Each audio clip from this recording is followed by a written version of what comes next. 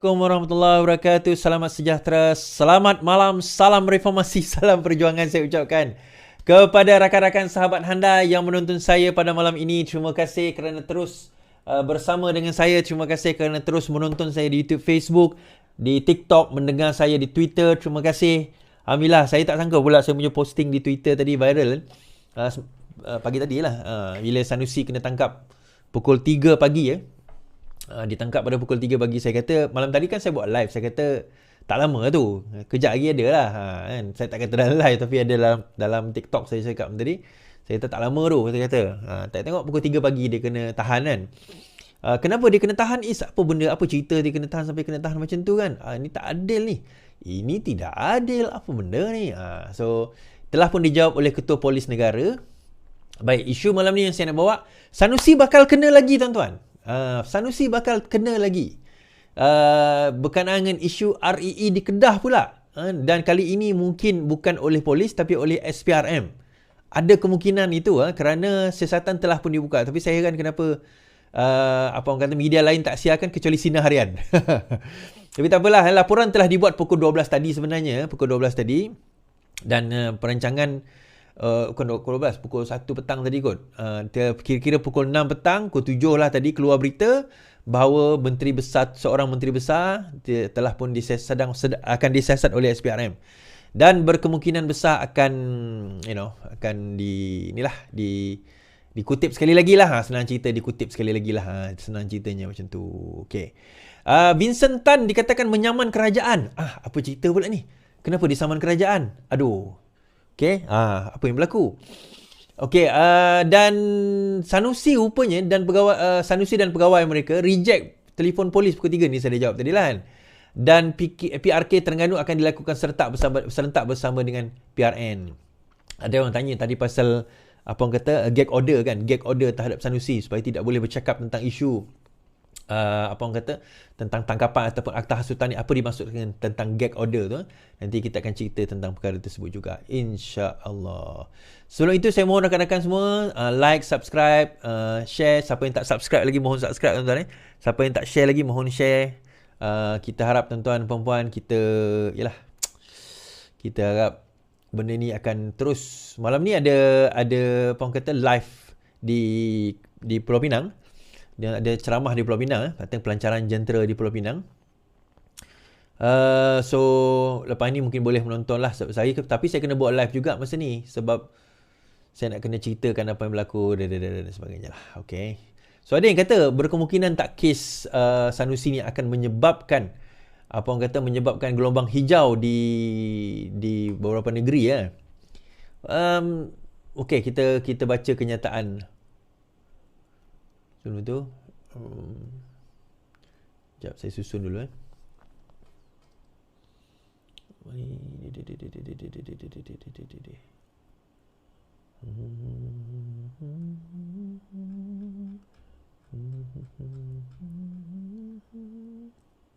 Okay, ini ada satu kenyataan daripada polis kita akan share kenyataan tersebut.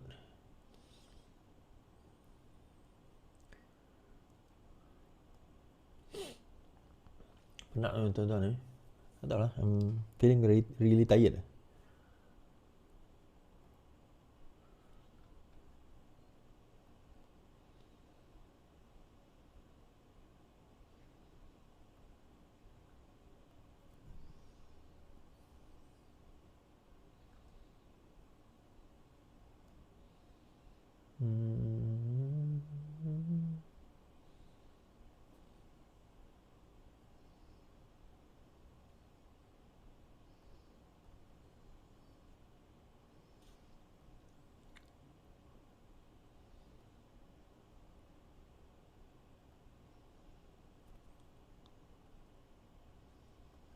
Oh, jom rupanya. Saya cari panjang.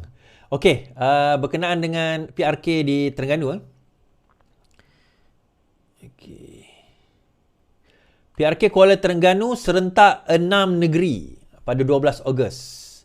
Okey, pilihan raya kecil Kuala Terengganu akan diadakan pada 12 Ogos serentak dengan pilihan raya 6 negeri macam saya katakan tempoh hari. Pengerusi SPR Tan Sri Abdul Ghani berkata PRK Kuala Terengganu membabitkan 123,575 pemilih. Katanya sebanyak 465,000 diperlukan sebagai kos tambahan bagi pelaksanaan PRK terbabit. SPR pada 12 Julai menerima laporan Hakim Pilihan Raya sebagaimana diperuntukkan di bawah Akta Kesalahan berkenaan keputusan mahkamah yang membatalkan pilihan raya Parlimen P036 bagi Kuala Terengganu. Berikutan itu, SPR mengadakan mesyuarat khas hari ini dan memutuskan PRK Kuala Terengganu diadakan bagi mengisi kekosongan berkenaan. Bagi pelaksanaan PRK itu, hari penanaman calon pada 29 Julai, manakala pengundian awal ditetapkan 8 Ogos. Sama macam yang hari itulah, pada 27 Jun lalu, Pilihan Raya Terengganu membatalkan kemenangan Ahmad Amzad pada PRU ke-15 dan dilaporkan berkata pihak competition iaitu Barisan Nasional Dato' Muhammad Zubir Embong berjaya membuktikan perbuatan rasuah telah berlaku dengan tujuan mempengaruhi pengundi pada PRU ke-15. Pada 3 Januari lalu, UMNO Terengganu memfailkan petition untuk membatalkan keputusan bagi PRU 15 di Kuala Terengganu di Mahkamah Tinggi mengikut kesalahan Akta Pilihan Raya 1954. Pengerusi UMNO Terengganu Dato' Ahmad Said dilapor berkata petition itu difailkan antara lain atas dakwaan PAS telah menyogok pengundi dengan mengagihkan wang bantuan diberikan kepada kerajaan negeri pada 15 hingga 17 November lalu, iaitu beberapa hari sebelum pengundian PRU 15 melalui program iPension, iBelia dan iSiswa. Pada PRU ke-15, Ahmad Amzad memenangi kerusi parlimen dengan memperoleh majoriti 40,000. Abdul Ghani berkata semua urusan permohonan kategori undi pos bagi Parlimen Kuala Terengganu akan dibuka semula mulai hari ini. Bagi kategori 1A, membebitkan petugas pilihan raya, ahli dan pegawai SPR, anggota polis dan tentera, serta petugas media, tarikh tutup ialah pada 26 Julai ini. Manakala bagi kategori 1B dan 1C, membabitkan warga negara Malaysia yang berada di luar negara, dia akan ditutup pada 21 Julai ini. Lebih kurang hari Jumaat ni lah. Tambahnya, bagi proses menjalankan PRK terbabit, SPR melantik seorang pegawai pengurusan pilihan raya dengan dibantu oleh 19 penolong pengurus. Okey. So daripada situ tuan-tuan, kita tengok bahawa kes rasuah yang telah dilakukan oleh calon ialah calon PAS pada waktu itu telah menyebabkan mereka telah kehilangan kerusi di Kuala Terengganu. Now, ada yang kata rasuah macam mana pula, apa yang berlaku rasuah? Tak faham dengan rasuah ni. Dia macam ni, pada hari tersebut, hari kejadian beberapa hari sebelum pembuangan undi, apa yang berlaku adalah ada pemberian iBelia, itulah kepada pembantu dalam bentuk tunai kalau tersilap saya. Correct me if I'm wrong on this.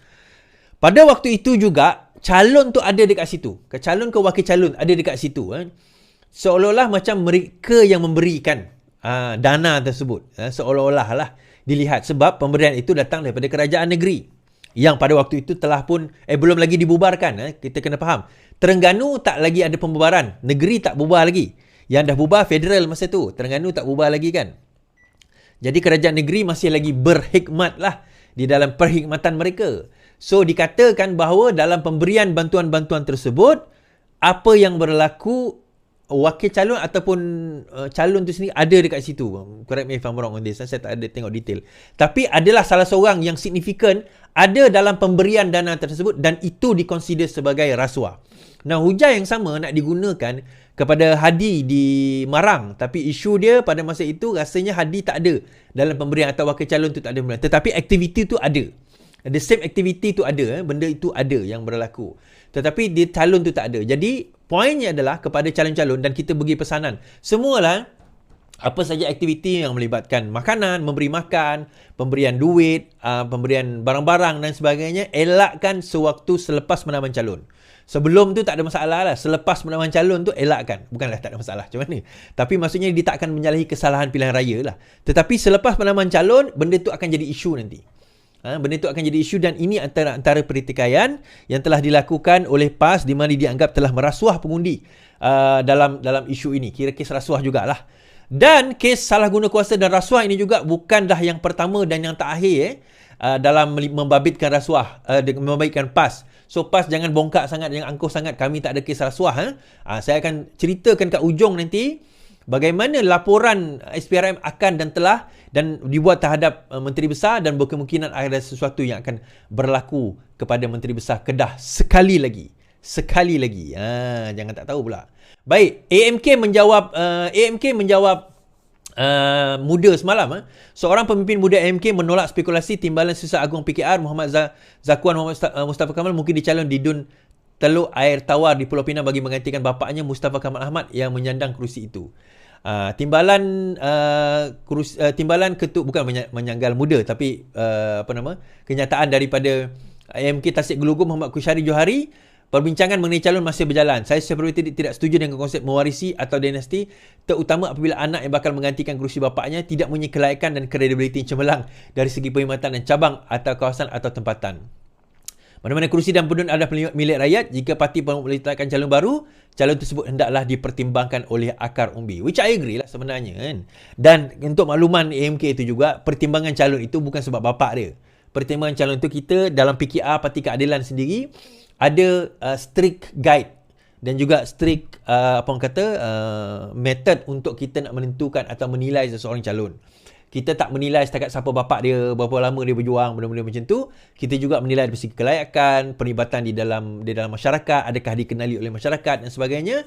Di bawah pentadbiran Datuk Seri Anwar Ibrahim sebagai Presiden Parti dan Rafizi Ramli sebagai Timbalan Presiden yang juga merangkap pengurusi kepada Jawatan Kuasa Pilihan Raya Pusat JPRP.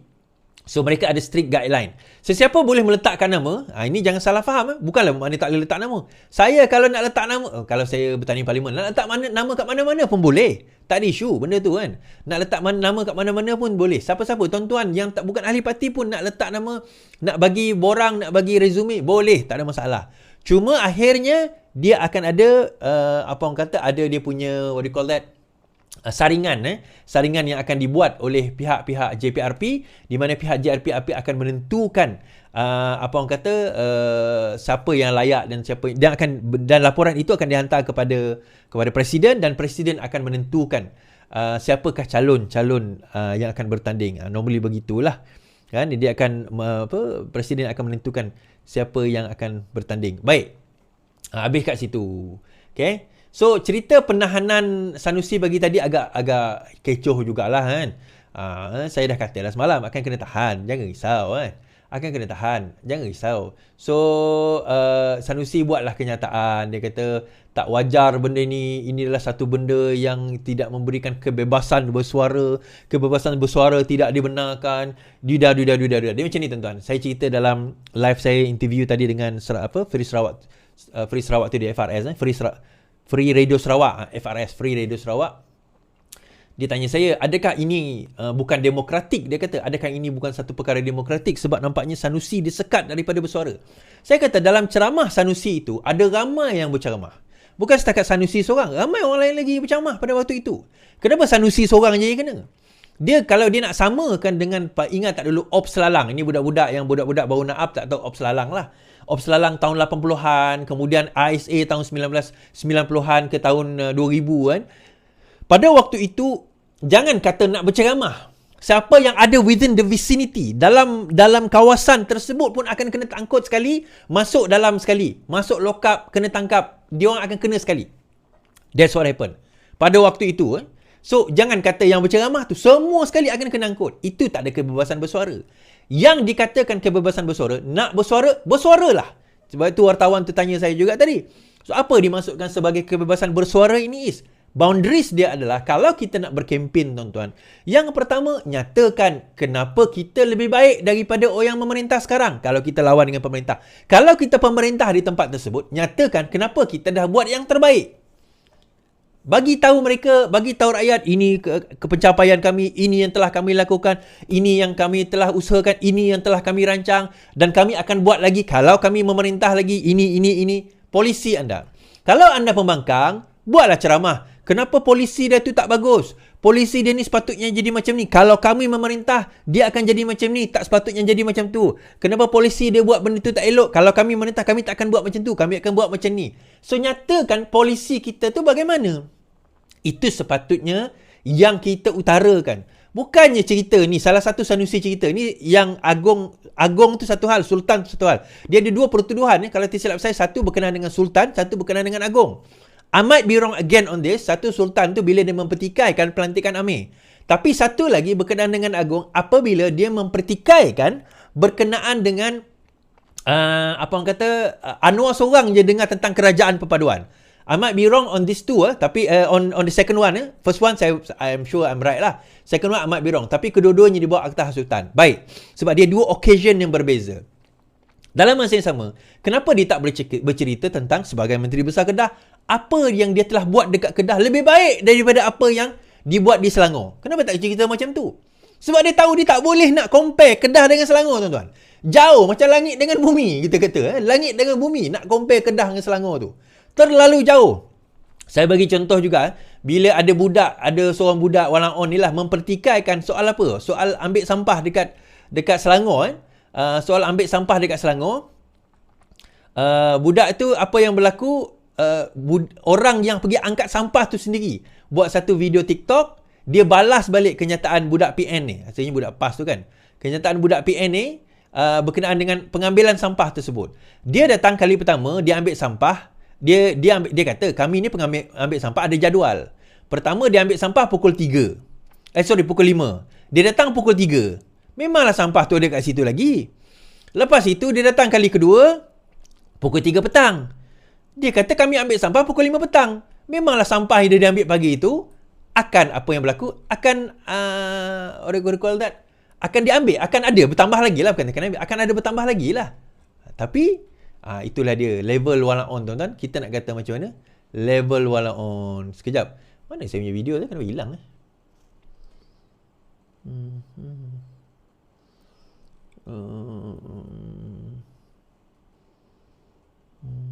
Baik. Sekejap. It's my video.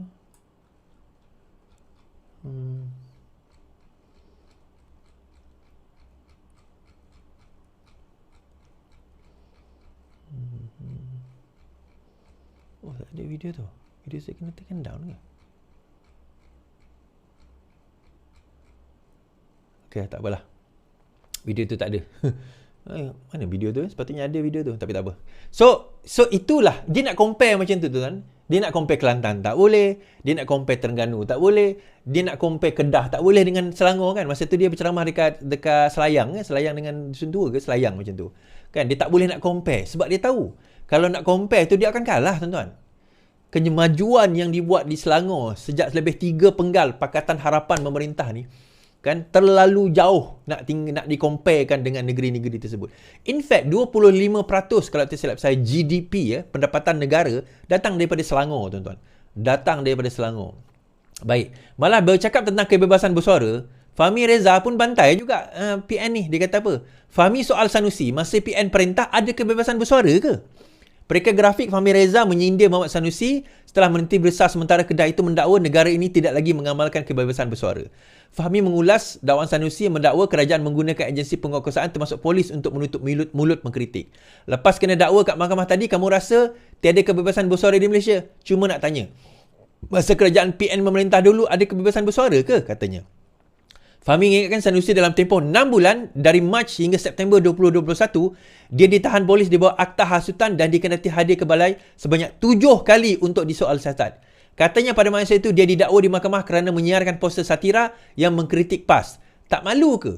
Lepas dah kena tangkap dan kena dakwa bawa akta hasutan, baru sekarang kamu nak melalak tiada kebebasan bersuara di Malaysia. Lawaklah, katanya. Sebab tu saya kata tadi, tuan-tuan, bukan masalah kebebasan bersuara tu.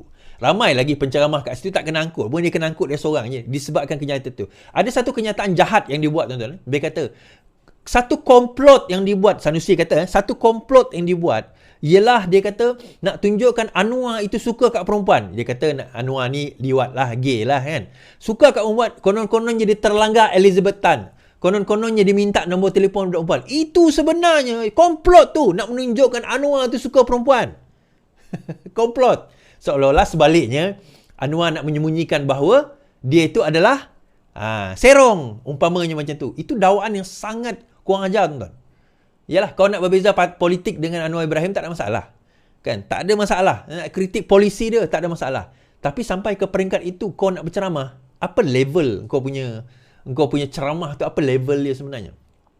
Sebab itu perangai yang sama digunakan oleh Walang-on ni. These are the people who are using, yang menggunakan perangai yang sama. Dia body shaming orang, dia kutuk muka orang, hidung orang, gigi orang. Dia kutuk macam tu. Muka orang cini-cini, dia kutuk. Dia tak ada benda dia orang cakapkan, tuan-tuan. Dia kutuk, dia cerita benda yang tak sebenarnya, tak sepatutnya. Dia nak compare, tak boleh. Kan? Dia bawa benda yang tak benar. Cerita palsu, fitnah. Kan? Disebabkan oleh itu juga, mahkamah telah memberikan apa ini sebagai gag order. Apa itu gag order kepada Sanusi? Gag order ni adalah satu arahan mahkamah di dalam jaminan tidak dibenarkan membicarakan tentang kes yang sedang berjalan ini. Dan untuk makluman tuan-tuan dan puan-puan, saya pun ada gag order tersebut. Jadi saya tak boleh cakap. Apa-apa tuan-tuan nak cakap tentang saya cakap lah. Tapi saya tak boleh cakap dengan apa yang sepatutnya saya kena tentang perkara tersebut. Sebab saya pun ada gag order juga. Di atas jaminan saya. Benda yang sama. I cannot say anything. Tapi kita ada jawapan dia. Jangan risau. InsyaAllah. InsyaAllah kita ada jawapan. Pengkhianat yang sebenar adalah mereka yang menutup dan mengurung kita kerana nak sakau duit pada waktu itu. Sampai kita marah, baru dia nak buka parlimen pada waktu itu. Tak apa. Yang tu cerita lain. Okey. Dan Salahuddin juga menyatakan pada hari ini bahawa gelombang hijau tidak akan tercetus. Kes Sanusi tak akan cetus gelombang hijau dalam PRN. Amanah yakin pendakwaan terhadap Menteri Besar Kedah hari ini tidak akan menyebabkan gelombang hijau di 6 negeri yang terlibat. Timbalan Presidennya Salahuddin berkata kerana rakyat sedar tindakan mahkamah tersebut dibuat berlandaskan undang-undang negara dan bukan bermotifkan politik. Saya rasa anak-anak muda orang Melayu sebenarnya faham apa akhlak dan budi pekerti orang Melayu yang sepatutnya. Kita tidak rasa menjadi gelombang besar untuk menjadi penyokong tokoh seperti ini. Rakyat boleh menilai dan untuk itu berpeganglah pada prinsip jangan melampau atau melampaui batas. Dia kata. Sama juga macam Anwar Ibrahim kata tadi. Dakwaan tersebut, charge itu bukannya charge menghina Perdana Menteri. Charge itu adalah menghina Sultan dan juga Agong. Menghina Sultan dan juga. Itu charge dia. So, kebebasan bersuara bagaimana? Kan? Sedangkan, kalau tuan-tuan ingat, pada tahun 2021, ada seorang pakcik ni didakwa kerana menghina Sanusi. Ditangkap juga pukul 3 pagi, tuan-tuan. Kerana menghina Sanusi. Kena tangkap pukul 3 pagi, ingat tak? Tuan-tuan mungkin tak ingat lah. Tapi saya ingat. Saya ingat tentang perkara tersebut. Di mana pakcik itu, dia buat satu kenyataan yang menghina Sanusi. Bukanlah menghina, dia mengkritik Sanusi. Dia kata something pasal Sanusi. Akhirnya, dia kena tahan di bawah perkara tersebut. Okay. Now, ada yang bertanya tentang isu Lim Guan Eng kan, dan juga Hadi Awang lah. Lim Guan Eng dia kata, terutama Lim Guan Eng. Kenapa Lim Guan Eng tak kena tahan? Kenapa Lim Guan Eng tak kena tahan? So, Ketua Polis Negara, KPN hari ini menjelaskan, kes 3R babitkan Sanusi tak sama dengan Guan Eng dan Hadi. Polis Diraja bertindak segera menahan Sanusi dan bukan tokoh lain yang dikaitkan dengan isu 3R berdasarkan keseriusan kes. Ketua Polis Negara berkata walaupun pada dasarnya semua ahli politik terlibat disiasat berhubung isu yang sama, namun masih ada perbezaan satu sama lain. Menjawab soalan wartawan, media khasnya di Bukit Aman, Razidin berkata isu yang melatari kes Menteri Besar Kedah tidak sama dengan bekas Menteri Keuangan Lim Guan Eng serta Presiden. You ada fakta kes Lim Guan Eng kan? You pun ada fakta kes Tan Sri Hadi Awang. Mereka tak ada langsung institusi raja. Berbeza katanya. Okey, jadi berbeza. So dalam hal itu berbeza. Kan? Sebab itu siasatan masih ada, bukan tak ada. Kalau dengar apa kenyataan beliau, siasatan itu ada, masih ada kajian tentang forensik dan sebagainya. Tetapi tak berlaku tangkapan lagi kerana keseriusan Sanusi 3 hari itu lebih lebih diutamakan, lebih menjadi satu persoalan. Kerana yang membuat laporan bukan calang-calang tuan-tuan. Yang membuat laporan itu juga adalah siapa? Adalah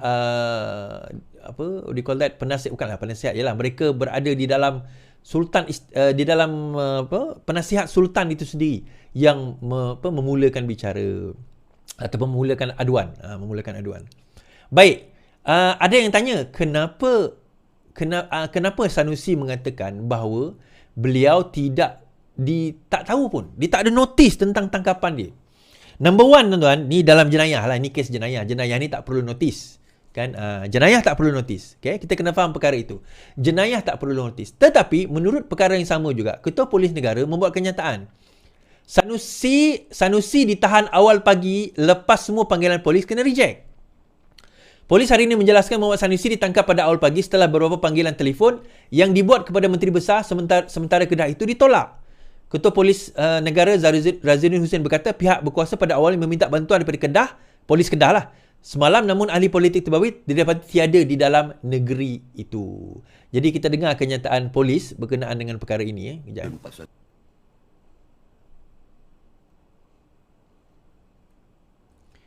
Okey, kita dengar kenyataan polis berkenaan dengan perkara ini. 1A Akta Hasutan dan diberi jamin dua-dua kod berjamin 5,000, 10,000 dan akan didengar semula.